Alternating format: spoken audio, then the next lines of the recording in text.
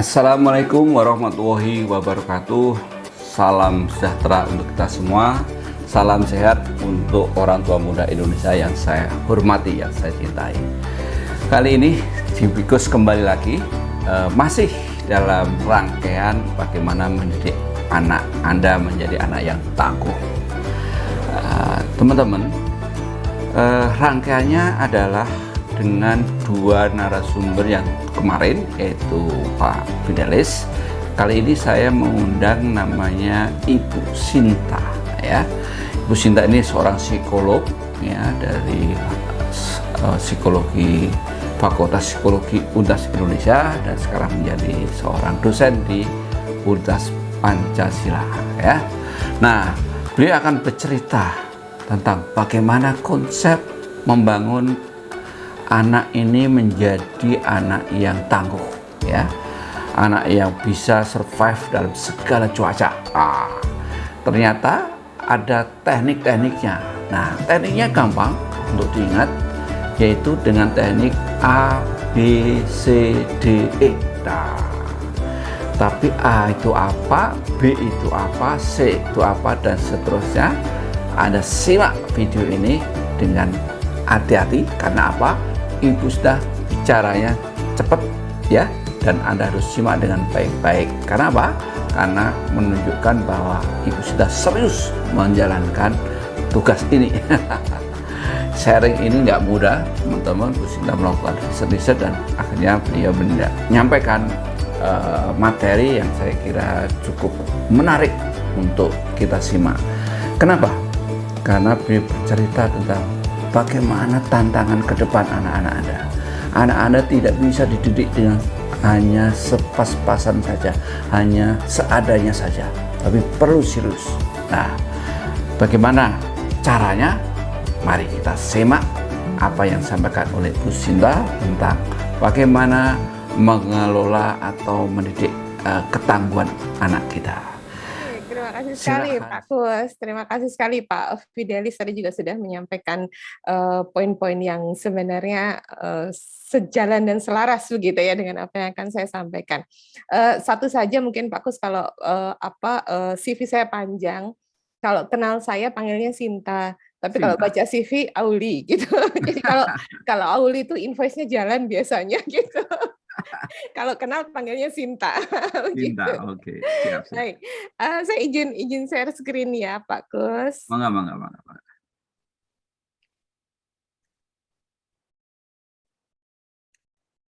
Baik, apa sudah bisa terlihat?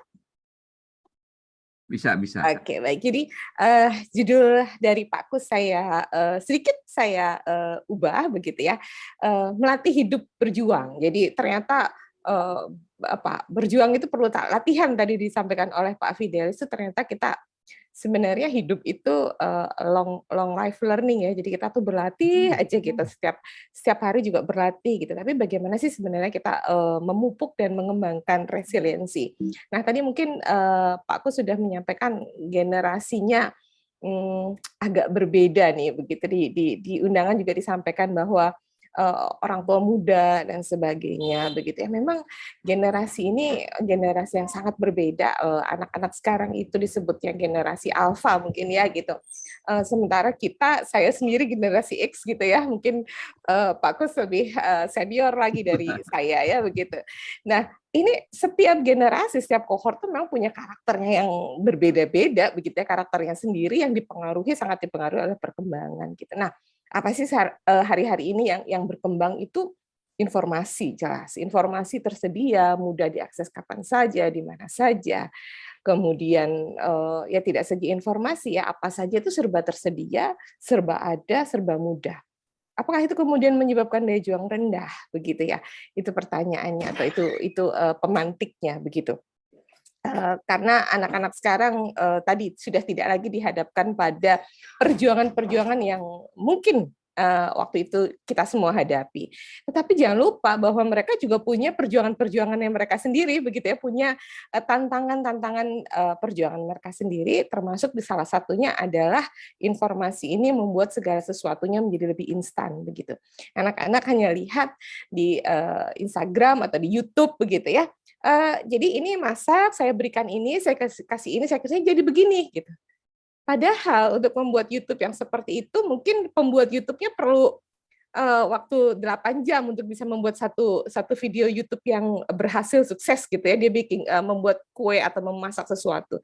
Tetapi yang menonton itu akan melihat, "Oh, cuman gitu doang, saya juga bisa," gitu, dan akhirnya gagal gitu. Nah, ini memang budaya instan ini menjadi ciri khas dari generasi alfa, generasi mulai dari generasi Z sampai dengan generasi alfa ini, karena ini ada kelebihan. Nah, tantangannya adalah kita hidup di era VUCA ya, volatile gitu, selalu bergerak, selalu sangat dinamis ya, apapun yang terjadi di belahan dunia yang lain kita bisa lihat ya. Jam 3 sore tadi kita menonton tayangan dari Inggris gitu ya, Ratu Elizabeth begitu. Dengan sangat mudah kita bisa akses di mana saja, tetapi juga jadi uncertain. Nah, kita mengalami 2 tahun ini betul-betul perubahan yang betul-betul kita hadapi, betul-betul uncertainty yang sangat panjang begitu, yang 2 tahun ini. Kita sudah mulai baik, kemudian COVID-nya naik lagi, kita harus ada di rumah lagi, kemudian turun lagi. Ketika turun, semua orang sudah mulai agak melupakan prokes, tiba-tiba naik lagi. Ini very uncertain. Jadi uncertainty, ketidakpastian ini menjadi sangat banyak dihadapi oleh anak-anak sekarang, dan juga kompleks begitu, bahwa satu masalah di bagian dunia yang lain, ada perang antara Rusia dan Ukraina, itu membuat kita harus menaikkan BBM. Apa hubungannya ya? Begitu. Nah, ini hubungan yang very kompleks gitu. Tapi ini tantangan dari dunia saat ini, dan yang terakhir ambigu. Nah, tidak jelas. Nah, ini yang sekarang sering kita lihat bahwa di media sosial ya, itu banyak sekali orang-orang menampilkan berbagai pandangan, berbagai referensi, berbagai nasihat, advice yang kita juga tidak tahu ini benar nggak ya, begitu. Ini bisa kita refer atau tidak ya. Ini menjadi referensi yang sahih atau tidak, yang valid atau tidak. Nah, anak-anak kita hidup di dunia yang banyak ambigu, sehingga itu tadi kebutuhan untuk menjadi resilient, untuk menjadi tangguh. Ini menjadi salah satu kebutuhan yang sebenarnya sangat penting. Tentu saja tadi tantangan-tantangannya berbeda dengan tantangan kita saat itu, begitu ya. Waktu dulu kita cukup sabar untuk menunggu teman kita bersurat, gitu ya. Kalau kita jauh-jauhan, kita berkorespondensi, kita cukup sabar begitu. Anak-anak sekarang WA di-read doang gitu, di-read aja nggak dibales, itu sudah impulsif begitu, sudah membuat mereka emosi. Nah, karena itu tantangan bahwa keharusan bahwa resilience memang tetap sama, tetapi kondisinya memang menjadi berbeda yang dihadapi oleh anak-anak kita. Nah, sebenarnya tadi yang sudah disampaikan, grit ini adalah dari Duckworth ini ujung ya, recent gitu ya, penelitian-penelitian yang sudah recent, di mana grit itu lebih menunjukkan ke ketekunan ya, tangguh begitu ya.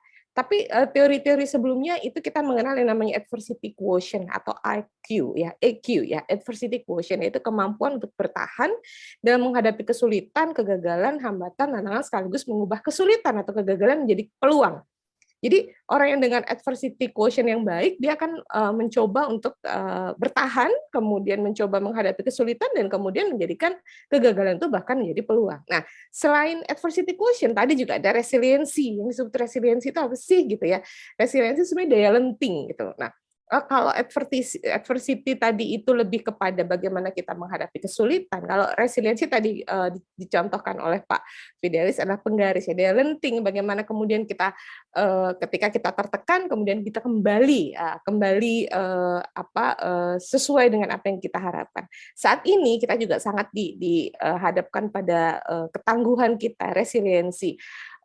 Banyak sekali usaha-usaha yang tutup, banyak sekali pekerjaan-pekerjaan hilang dengan adanya pandemi. Dan saat ini kita sedang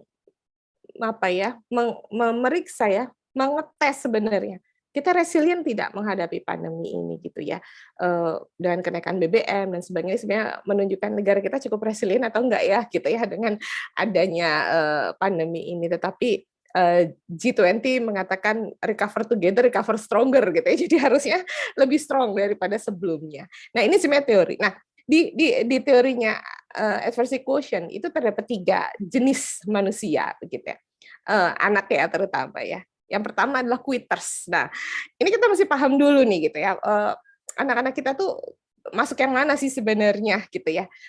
Quitters tuh biasanya memang yang cenderung kalau ada tantangan itu antara flight dengan fight ya, dia memilih flight, kita memilih pergi ya. Cenderung memilih untuk keluar, menghindari kewajiban dan mundur dari usahanya bahkan berhenti untuk melanjutkan upayanya untuk menemui suatu kesukaran atau tantangan hidup yang sulit. Nah,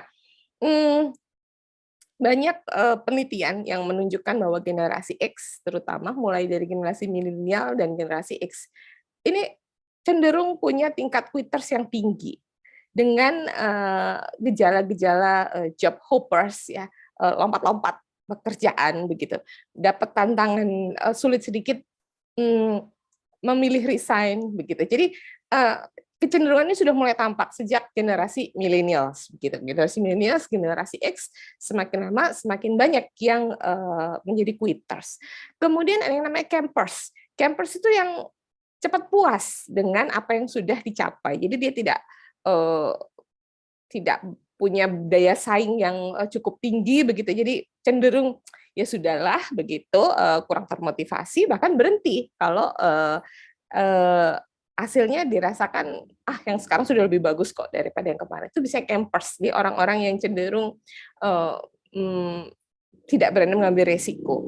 Dan yang terakhir climbers. Climbers ini anak dengan keberaniannya menghadapi segala resiko, hambatan dan masalah yang muncul. Tipe anak ini ketika menemui kesulitan berpikir optimis dan tidak mudah menyerah hingga akhirnya membuahkan keberhasilan. Nah, tentunya kita membutuhkan atau orang tua menginginkan anaknya menjadi climbers begitu. Negara ini juga sangat membutuhkan tipe-tipe climbers, bukan tipe quitters atau tipe campers, tapi tipe climbers begitu. Nah, masalahnya mendidik atau membuat anak kita menjadi climbers memang tidak mudah. Tadi sudah disampaikan oleh Pak Fidelis bahwa ini bukan bawaan kok gitu ya. Ini bukan genetik, tetapi ini lebih kepada bukan nature tapi lebih nurture begitu. Nah, mulai kapan begitu ya bisa dikembangkan? Sebenarnya dikembangkan itu mulai awal, mulai usia 0 gitu. Kenapa? Karena kalau dari teorinya psikologi sosialnya, psikososialnya Erikson, yang pertama anak itu memiliki konflik basic trust mistrust. Nah, dia harus selesai dulu dengan basic trust mistrust. Ketika dia membutuhkan orang lain, ketika dia merasa popoknya basah, begitu dia pengen diganti. Kemudian ada orang yang mengganti, itu menumbuhkan trust pada dirinya. Ketika dia lapar, tiba-tiba ibunya memberikan dia susu, itu menimbulkan trust. Nah, ini adalah masa paling awal dalam kehidupannya dia. Itu dulu harus muncul, gitu. Itu harus dikembangkan. Yang kedua adalah, usia sekitar 1,5 tahun sampai 3 tahun itu memang otonomi versus shame and doubt. Di sinilah anak mulai diajarkan dia mulai mandiri tadi ya, makan sendiri, kemudian membuka kancing bajunya, mengganti kancing bajunya, memasukkan kancing bajunya, makan sendiri, bahkan kalau di luar kita lihat anak itu boleh makan untuk mengasah sensori motoriknya, dia tidak perlu pakai sendok, pakai garpu, makanannya taruh di piring yang lebar dan dia boleh mengambil dengan tangannya. Ya, tapi value kita seringkali menghambat anak kita sendiri untuk kemudian mandiri. Ya, nanti kotor, berantakan kemana-mana. Termasuk memberikan mereka pilihan-pilihan. Mau pakai baju apa? Itu sebenarnya juga pilihan-pilihan yang jarang sekali dilakukan oleh orang tua.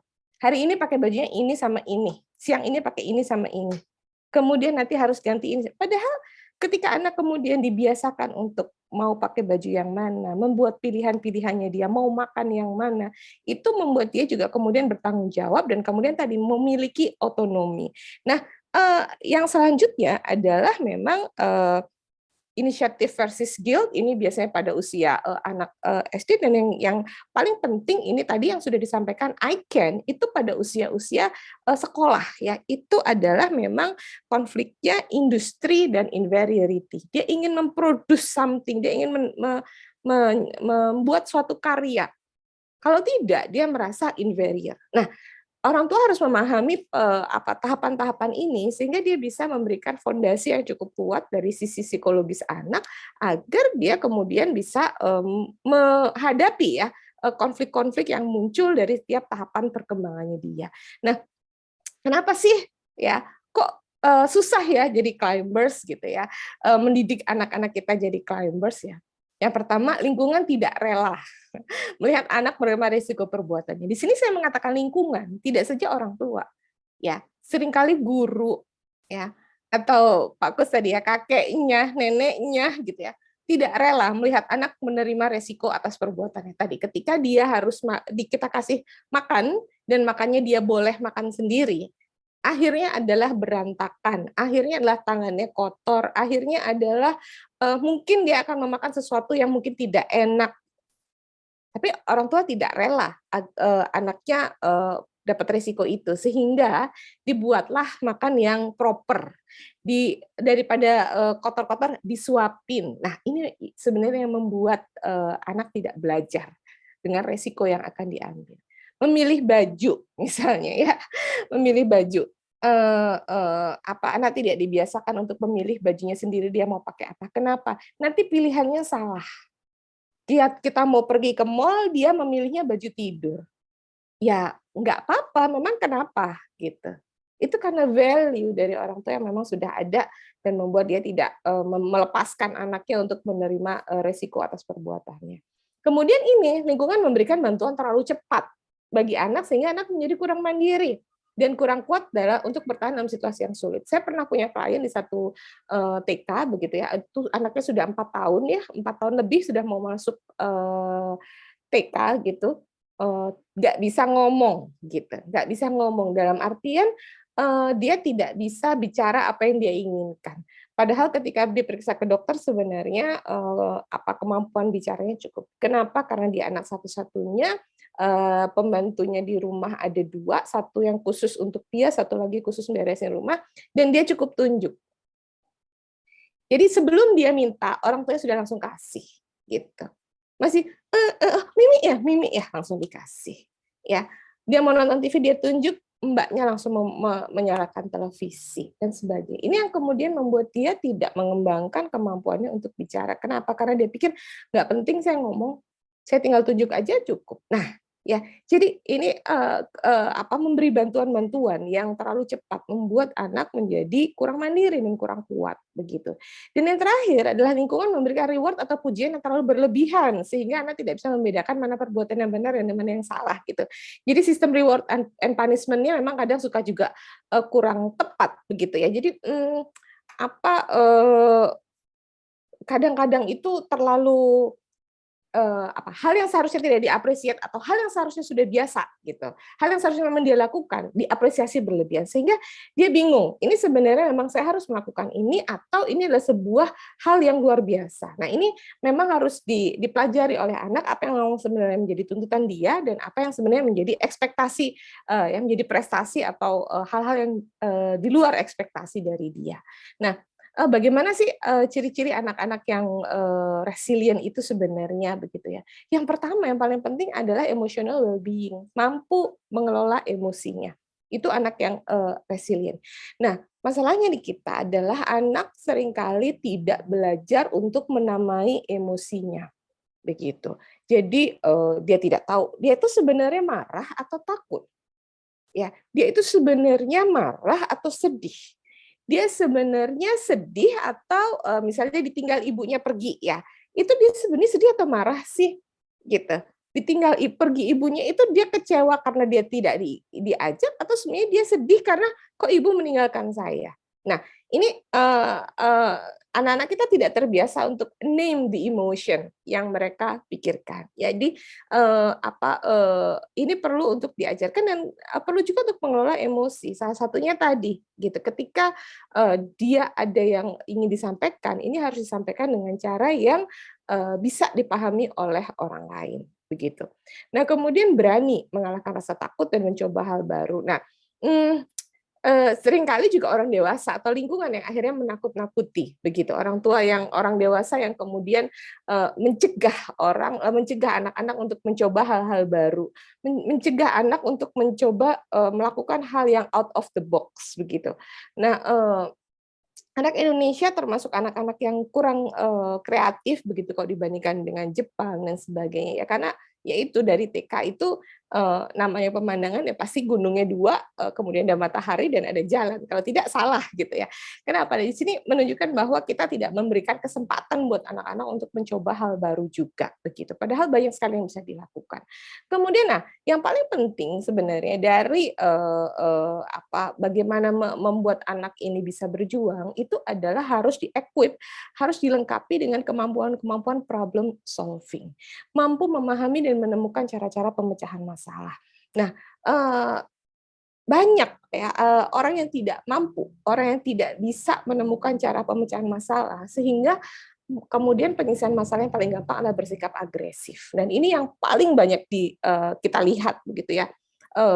Kekecewaan, kemarahan, kemudian dilampiaskan semua dalam bentuk agresivitas gitu. Tidak sedikit anak-anak yang kemudian melakukan tindakan-tindakan yang menjurus kepada kriminal karena sebenarnya tidak tahu bagaimana cara menyelesaikan masalah. Nah, step-step, langkah-langkah problem solving ini seringkali juga tidak kita ajarkan, tidak disampaikan, tidak didemonstrasikan. Bagaimana sih sebenarnya cara menyelesaikan masalah? Nah, atau tadi orang tua yang mengerjakan PR untuk anaknya, kenapa tidak mau repot begitu? Kalau dia harus menjelaskan kepada anaknya step by step-nya, kalau dia harus menjelaskan kepada anak-anak itu perlahan-lahan, itu takes time begitu.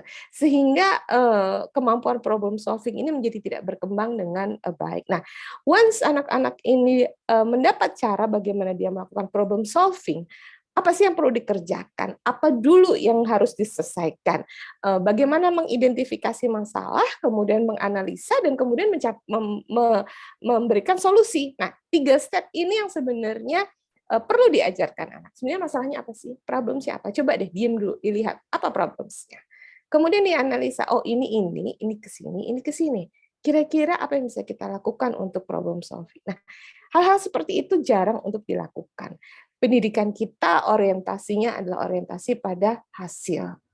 Nggak penting prosesnya bagaimana, yang penting adalah nilainya baik. Tidak perlu tahu bagaimana prosesnya, yang penting jawabannya betul. Nah, ini yang seringkali membuat anak-anak kita agak kesulitan untuk kemudian mengembangkan kemampuan problem solving-nya. Begitu juga dengan tipe-tipe soal yang lebih banyak pilihan ganda, lebih banyak membuat mereka lebih baik memilih daripada kemudian berpikir lebih jauh apa yang sebenarnya bisa dilakukan ya. Jadi perlu untuk membekali anak-anak dengan kemampuan problem solving, kemampuan mengidentifikasi masalah, menganalisa dan kemudian memberikan solusi pada hal-hal yang sangat sederhana, pada hal-hal mulai dari hal-hal keseharian yang dia temui, tidak harus terkait dengan pelajaran di sekolah, tetapi hal-hal yang dia temui sehari-hari di rumah begitu. Misalnya dia mengambil mengambil gelas dan kemudian gelas itu jatuh kemudian tumpah. Oke, apa yang harus kita lakukan terlebih dahulu? Problemnya apa? Problemnya ada air dan ada pecahan-pecahan kaca. Apa dulu yang harus kita bersihkan? Nah, kemudian bagaimana cara membersihkannya? Hal-hal yang sederhana seperti itu sebenarnya sangat bisa untuk diajarkan di rumah asal orang tua paham betul bahwa problem solving ini perlu diajarkan dan problem solving ini merupakan salah satu kompetensi yang akan membekali dia untuk bisa dia menjadi anak yang tangguh tadi. Kemudian social competence, adaptif dan mampu bersosialisasi. dan juga mengembangkan empati. Kemampuan untuk bersosialisasi salah satunya juga bukan hal yang bawaan, tetapi memang harus diberikan kesempatan untuk bersosialisasi, diberikan kesempatan untuk bersikap adaptif. Kalau anak terus berada di rumah dengan kenyamanannya, tidak pernah kenalan sama tetangga, tidak pernah melihat lingkungan sekitar yang berbeda dengan dia, maka dia tidak bisa mengembangkan sosial kompetensi. Maka dia harus lebih banyak diberi kesempatan. Yang terakhir adalah memiliki sifat otonomi tadi, mandiri, mengandalkan kemampuan sendiri dan tidak bergantung kepada orang lain. Nah, tipsnya gampang. Nah, tipsnya saya buat rumusnya ABCD sebenarnya, ABCDE ya, nggak susah gitu. Yang pertama adalah A, ada untuk anak. Nah, ini orang tua, ini yang paling nomor satu A, tetapi paling sulit gitu ya. Ada untuk anak, dampingi anak ya ketika dia belajar dan tawarkan alternatif. Anak itu ketika dia berkembang, kalau menurut teorinya perkembangan psikologinya Vygotsky, dia punya zone of proximal distance. Dia punya jarak ya di mana dia bisa berkembang dan membutuhkan dukungan dari lingkungan yang berperan sebagai scaffolding. Scaffolding itu bahasa Indonesianya apa ya? Stager itu ya, tangga untuk naik. Nah, siapa scaffolding? Scaffolding-nya adalah orang tua. Begitu. Orang tua berperan sebagai tangga yang kemudian membuat anak bisa mencapai tahapan perkembangannya lebih tinggi dan lebih tinggi lagi. Ya, ada untuk anak, dampingi. Tadi Pak Fidelis sudah mengatakan ada seorang ibu yang mendampingi anaknya untuk yang berjari 4 untuk bermain piano. Iya, ini yang sering lost atau yang sering kita kehilangan, mendampingi. Ya, mendampingi itu seperti apa sih begitu? Mendampingi adalah ada di sekitar anak, kemudian menunjukkan bahwa ketika dia membutuhkan bantuan, kita bisa memberikan bantuan, kita ada dan kita memberikan alternatif. Coba kalau kayak gini, ini kan nggak bisa nih, gagal. Kita coba cara yang lain yuk, kira-kira gimana? Nah, hanya seperti itu sebenarnya yang bisa kita lakukan. Ini mendampingi anak begitu. Saya punya pengalaman tadi kalau Pak Fidelis mengatakan berapa ribu jam untuk anak itu bisa tangguh ya. Saya tidak nggak apa-apa ya saya nyebut ini apa merek gitu ya. Kalau Bapak Ibu anaknya pernah les Kumon, Kumon itu metodenya adalah membuat orang menjadi tangguh gitu. Setiap hari diberikan PR, PR-nya adalah PR hitungan yang sama terus-menerus dengan jangka waktu tertentu. Setiap hari terus-menerus jangka waktu tertentu. Ya, sambil ngerjain sambil ngelap air matanya, tapi yuk terus yuk kita kerjain yuk sambil nangis, semua berhasil dengan yang seperti itu. Ya, saya juga ingat waktu kecil saya berlatih berenang, itu sambil berenang juga sambil nangis. Kenapa? Karena pelatihnya tetap menyuruh kita berenang walaupun kita rasanya sudah kaki itu sudah nggak kuat gitu. Tapi itulah grit, itulah kekuatan. Ya, dan ya itu tadi kuncinya memang orang tua harus ada di situ. Ya, saya mengelap air matanya anak saya, padahal saya juga nyuruh ikut Kumon dan saya juga nggak tega lihat anak saya nangis belajar Kumon gitu ya. Alhamdulillah sekarang dia suka dengan matematika dan dia mengambil statistik, itu buat saya luar biasa gitu ya. Jadi memang grit itu perlu ditumbuhkan gitu. Jadi dampingi anak, ada untuk anak dan mengatakan bahwa kita ada untuk mereka. Kemudian kasih kesempatan. Nah, ini seringkali yang juga seringkali jarang ya. Ciptakan lingkungan dengan tantangan dan peluang. Ya, jadi sangat mungkin untuk berbagi tanggung jawab di rumah. Siapa yang bertanggung jawab dengan handuk saja misalnya. Siapa sih yang harus bertanggung jawab dengan handuk? Siapa sih yang harus bertanggung jawab membereskan tempat tidurnya sendiri? Siapa sih yang harus bertanggung jawab mengunci rumah saat malam hari? Ya, ketika ini diberikan, kemudian anak dihadapkan pada lingkungan-lingkungan yang ada tantangan, ada peluang, ini membuat dia kemudian menumbuhkan rasa tanggung jawabnya. Masalahnya tadi, kita kasih kesempatan atau tidak? Ya, beberapa anak suka pergi, maksudnya apa? Kegiatan-kegiatan outdoor, gitu ya, kegiatan-kegiatan outbound. Tidak sedikit juga orang tua yang melarang, begitu ya. Jangan nanti takut anaknya ini camping, takut anaknya itu, takut anaknya ini. Nah, selama ini tidak diberikan kesempatan, maka juga tidak akan tumbuh rasa resiliensinya. Kemudian ini tadi, ini yang paling tidak bisa kita hindari, yaitu mencintai tanpa syarat, unconditional love. eee eee, anak seringkali dihadapkan pada ancaman-ancaman. Kalau nilainya tidak bagus, mama nggak sayang lagi loh. Nah, buat anak itu ancaman yang bukan main, gitu. Buat anak itu ancaman yang bukan main, ya. Eee, kalau, kamu tidak bisa berhasil pada satu hal gitu, eee, mama nggak akan bangga sama kamu. Tuh anak sebelah bisa lebih bagus. Nah, itu mencintai yang dengan syarat. Ini yang membuat anak seringkali akhirnya, kecewa dan akhirnya kemudian melakukan tindakan-tindakan yang, tujuannya bukan untuk prestatif, tetapi tujuannya hanya untuk unjuk diri, hanya untuk menampilkan eksistensinya, bahwa saya ini ada, gitu. Jadi unconditional love ini menjadi sangat penting. Cinta yang tulus tanpa syarat membuat anak merasa aman, percaya diri, tidak ragu untuk mengeksplorasi dan belajar berbagai hal. Ya, it's okay kalau mereka, melakukan suatu kesalahan. It's okay kalau mereka belum, berhasil. Ya, tapi kita ada di situ dan kita membantu mereka untuk bisa mencapai apa yang mereka butuhkan. Kemudian dukung secara positif, berikan afirmasi positif. Nah, afirmasi positif ini yang menjadi juga, jarang juga dilakukan orang tua atau, kadang orang tua kagok ya untuk memberikan afirmasi positif gitu. "Aduh kamu keren banget deh bisa kayak bikin kayak gini." Itu aja buat anak sudah menyenangkan loh. "Bagus banget, Dek." Ya, "Kok bisa sih kamu bikin kayak gini? Mama aja nggak bisa loh." Nah, itu afirmasi positif. Nah, ini, buat anak menjadi merasa, dia cukup, tangguh ya, dan hargai usaha. Kalau toh dia tidak berhasil, ya nggak apa-apa, kan udah usaha. Tapi ke depan yuk kita sama-sama, cari supaya kita bisa berhasil yuk, gimana caranya yuk, begitu. Hargai usaha dan yang terakhir adalah mendampingi anak juga saat gagal. Bahwa kegagalan itu adalah sebuah proses. Nah, ini yang anak juga harus, hadapi, begitu. Tidak semua hal itu bisa, datang begitu saja. Tidak semua hal itu, instan. Jadi banyak proses-proses yang harus dilalui. Nah, makanya saya sangat senang kalau anak-anak sampai sehari ini masih diajar, eee, bagaimana caranya toge itu bisa tumbuh. Kacang hijau itu bisa tumbuh jadi toge. Kenapa? Karena mereka memahami prosesnya hari per hari, mereka harus melaporkan, itu membuat anak menghargai proses.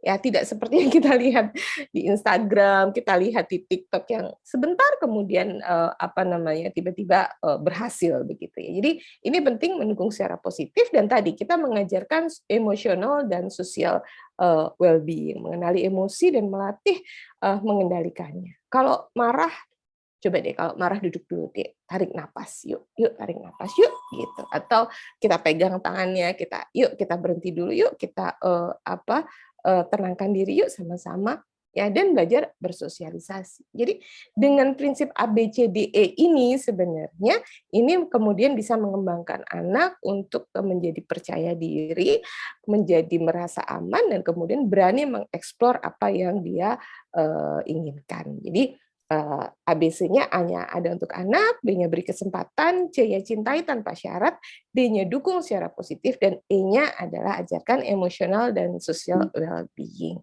Nah, apa sih yang mesti dikerjakan ya, ini mungkin terakhir ya. Nah, yang pertama adalah teladan. Children see, children do. Walk the talk. Nah, ini yang seringkali, seringkali kita lupa ya, kita mengharapkan anak kita untuk punya daya juang, kita mengharapkan anak kita untuk resilient. Sementara anak sendiri tidak bisa melihat itu ada pada diri kita. Nah, ini yang, sangat penting menjadi feedback untuk kita sendiri sebagai orang tua, begitu. Apakah kita sudah memberi teladan? Karena children see, children do. Begitu. Kalau kita, meminta anak kita untuk terus berusaha, apakah kita menampilkan kemampuan untuk terus berusaha itu di depan anak? Ya, karena paling mudah mengajarkan anak itu dengan teladan sebenarnya. Jadi kalau kita melihat anak kita kurang resilient, kita perlu feedback. Apakah saya juga seperti itu? Apakah itu yang saya tampilkan? Begitu.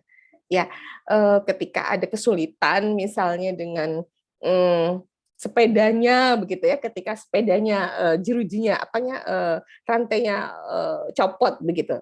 Ayahnya, "Ya udah deh bawa ke bengkel." Ya dia juga akan melakukan hal itu, gitu. Tapi kalau dia coba ayahnya kemudian duduk, kita coba benerin dulu yuk, dan sebagainya, maka kan juga melihat bahwa, oh ternyata, hal-hal seperti itu bisa dilakukan ya gitu. Nah ini yang juga kemudian berbeda begitu ya antara kita dengan anak-anak begitu. Nah kita mesti mengajarkan bahwa kalau kita memang mau menumbuhkan anak resiliensi, ya kita dulu ya memang juga harus tampak resiliensi. Kita juga harus menceritakan hal-hal di mana kita juga pernah gagal dan kita juga pernah berhasil. Nah, kemudian ini juga sering saya sampaikan kepada orang tua ya, anak itu sosialisasi, beri wawasan anak itu yang luas, ajak dia ke berbagai tempat, ajak dia ke kantor. Ngapain nih anaknya ke kantor? Nggak apa-apa, perkenalkan dia pada berbagai dunia. Tentunya sebelumnya kita bisa sampaikan, kalau di kantor itu etikanya begini, begini, begini. Kalau bertemu orang, kamu harus bersalaman, kamu harus menyebutkan nama, dan sebagainya itu bisa kita sampaikan begitu ya. Aja ke berbagai tempat, ke kantor, ke pasar yang pasar bagus ya. Pasar di daerah saya ada pasar yang bagus, yang kering, yang indah gitu. Ada juga pasar yang becek, yang bukan main, ya. Ajak dia ke pesta pernikahan, ajak dia juga ke takziah. Apa sih ketika kita harus takziah itu apa yang harus dilakukan? Kenapa semua orang diam dan bungkam? Kenapa semua orang terlihat sedih dan sebagainya? Ini bisa disampaikan kepada anak. Ajarkan anak naik angkutan umum. Jangan nanti dia. Nah, kalau kita sudah menyampaikan hal itu, orang tuanya sudah merasa begitu, maka anaknya juga tidak menjadi tangguh begitu. Ya, jadi berikan anak wawasan seluas-luasnya, tentunya dengan menjaga keselamatannya dia, tetapi berikan dia kesempatan untuk bisa berkembang, untuk bisa mendapat pengalaman-pengalaman yang sangat banyak dari lingkungannya. Kenalkan juga pada lingkungan yang sifatnya heterogen. Anak harus tahu bahwa ada orang-orang yang kurang, ada orang-orang yang berkecukupan. Ini harus punya. Ya, kemudian traveling, berlibur. Nah, pada saat traveling ini banyak sekali sebenarnya hal yang bisa kita ajarkan pada anak-anak. Tapi traveling mahal, itu tergantung bagaimana kita mengaturnya ya. Camping itu juga banyak membuat anak-anak belajar bagaimana bagaimana menghadapi masalah. Libatkan dalam pengambilan keputusan keluarga. Mau kemana minggu ini? Kita mau ngapain? Ya, siapa yang punya tanggung jawab cuci piring sekarang? Libatkan anak-anak dalam pengambilan keputusan keluarga, membuat mereka tangguh dan kemudian membuat mereka bertanggung jawab. Tawarkan berbagai kegiatan peminatan. Saat ini sangat banyak kegiatan peminatan yang bisa dilakukan, bisa bermain bola, main skateboard, bisa bahkan di Jakarta gitu kita bisa main ice skating ya. Banyak sekali hal-hal yang bisa dilakukan, archery, panahan, naik kuda dan sebagainya. Jadi tawarkan banyak ke peminatan sehingga dia juga menampilkan kepercayaan dirinya. Ikutkan kompetisi sehingga dia juga punya pengalaman gagal dan punya pengalaman berhasil. Kemarin ada satu kompetisi di mall itu cuman kompetisi sepeda imbang, yang sepeda yang nggak ada nggak ada genjotannya itu. Anak-anak sangat senang dan ketika dia berhasil itu bukan main rasanya. Walaupun semua juga dikasih reward ya, tapi itu membuat anak-anak punya kebanggaan. Dan yang terakhir adalah ini yang juga jarang ya dilakukan, membaca dan menonton film inspiratif bersama, kemudian ajak diskusi. Itu banyak sekali film-film inspiratif yang bisa kita tonton sebenarnya, dan kemudian ajak diskusi. Ini yang penting. Jadi setelah filmnya selesai, bukan kemudian terus makan, kemudian dan lain-lain, tapi ngapain sih ini dan sebagainya. Apa sih yang bisa kita ambil dari film ini? Saya rasa itu yang penting. Ini quotes terakhir ya, hubungan yang sehat dan stabil dengan orang tua menjadi kunci dalam memupuk daya juang anak. Begitu. Terima kasih, itu saja dari saya Pak Kus sebagai pemantik untuk kemudian nanti kita bisa sama-sama diskusikan. Oke, itu tadi yang sudah disampaikan oleh Bu Sinta ya, tentang bagaimana teorinya luar biasa, banyak sekali, dan saya juga mendapatkan insight yang banyak setelah mendengar itu. Dan teman-teman, tapi kuncinya itu di akhir session tadi yang disampaikan ya, bahwa anak itu sebetulnya melakukan sesuatu itu karena contoh orang tua. Teladan itu menjadi nomor satu. Teladan itu menjadi guru utama. Maka hati-hati ketika Anda mengatakan, mama nggak bisa, papa nggak bisa, mama capek, mama itu yang didengar anak. Akhir anak itu memiliki daya ingat yang kuat tentang capek, nggak bisa, salah. Nah, hati-hati. Anak akan meniru apa yang Anda katakan, ya. Ajak anak Anda eksplorasi di tempat-tempat yang tidak itu saja. Di rumah, keluar, dan sekali-sekali ajak ke pasar becek, ya, ke tempat-tempat kumuh. Ya, Anda ke mall boleh, ke pantai boleh. Yang penting ada variasi di mana dia selalu mengenali tempat-tempat selain tempat-tempat yang nyaman selama ini. Ya, karena boring ya kalau dari sekolah, ke rumah, ya, ajalah. Itu penting sekali. Jadi Anda harus memberikan lingkungan yang beda dengan yang saat ini. Kebiasaan cari lingkungan dan biarkan Anda awasi, tapi Anda biarkan untuk terus bereksplorasi. Ya. Kemudian teman-teman, tawarkan anak Anda untuk melakukan kompetisi dengan yang lain, ya. Kalau dia bisa melakukan kompetisi di mungkin menyanyi, deklamasi, atau baca Al-Quran, atau apapun yang sifatnya kompetitif, itu menarik, itu bagus lah. Kalau anak Anda mau, itu hebat, ya.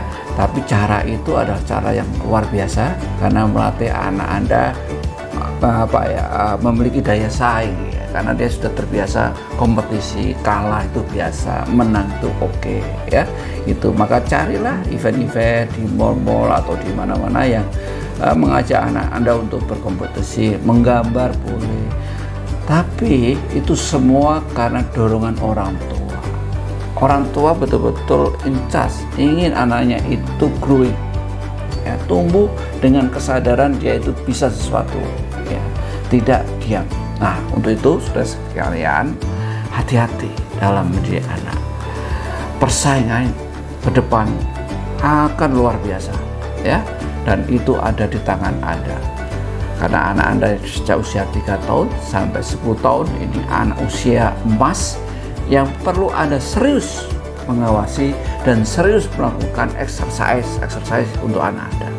Percayalah, Anda pasti bisa kalau Anda yakin investasi waktu Anda untuk anak Anda adalah demi masa depan keluarga Anda sendiri. Silakan menyimak dan jangan lupa bantu saya subscribe, share, dan tentunya like. Terima kasih. Assalamualaikum warahmatullahi wabarakatuh.